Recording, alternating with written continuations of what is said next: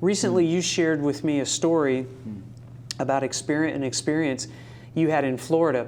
Right. And I know that for those people that are watching that look like me, you could look at what happened in Minneapolis and they see a white officer with his knee on the neck of a black man.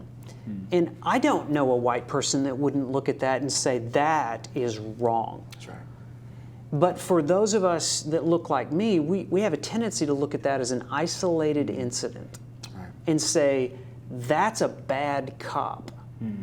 But for somebody that looks like you to see that, you interpret that very differently because of your experiences, maybe with law enforcement.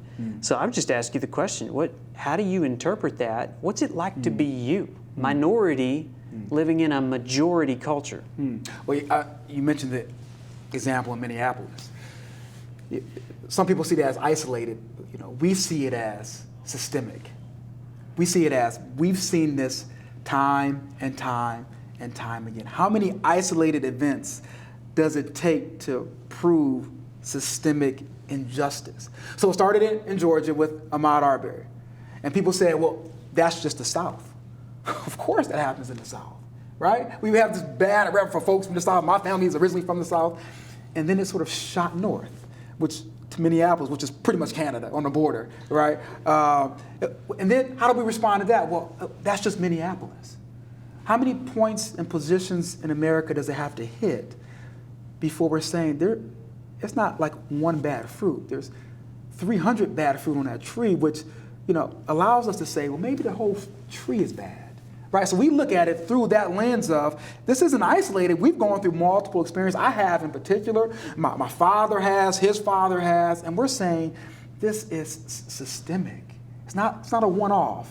It's a lifestyle from the history in this country. Well, and it's not just your 36 years of history. That's right. It goes back to your father and the generation before, and it's not too many generations until we realize the reason you're here is because your ancestors came here involuntarily. That's right. My ancestors came here voluntarily. That's right. That's right. It is very possible that some of my ancestors owned some of your ancestors. That's right. And for us, we don't like to think that's uncomfortable. That's right. That makes me feel bad about my ancestors. Well, it makes you feel bad today because you're still living in the residual impact. There are deep generational wounds that you carry because of your family of origin. And so for us, as a majority culture, not just sympathize with that, but not just to call it out as something that's not just an isolated incident, but it has roots in a sinful past. I'm reminded of a quote, Trent, of the quote is, if you stick a knife in my back 9 inches and you pull it out 3, that's not justice. If you pull it out all the way, that's not justice.